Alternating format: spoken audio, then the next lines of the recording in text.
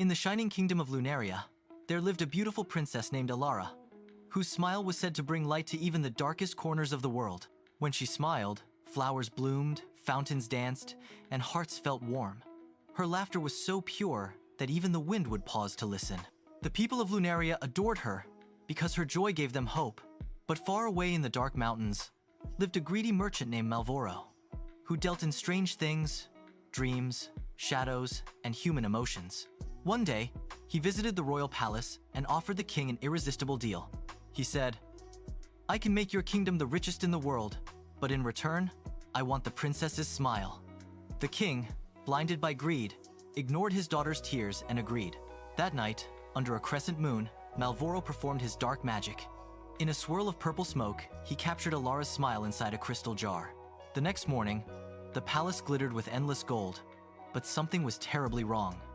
Alara could no longer smile, and the light seemed to fade from the world. The kingdom, once full of joy, became silent and cold.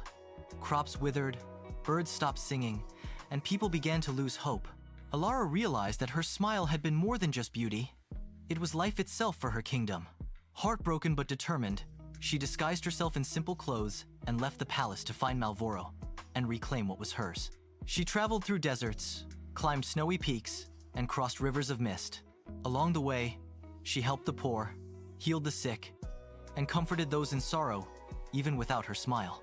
Finally, she reached Malvoro's cave, a dark place filled with mirrors that trapped the smiles of many souls. "Give me back my smile," she demanded. The merchant laughed and said, "Everything has a price."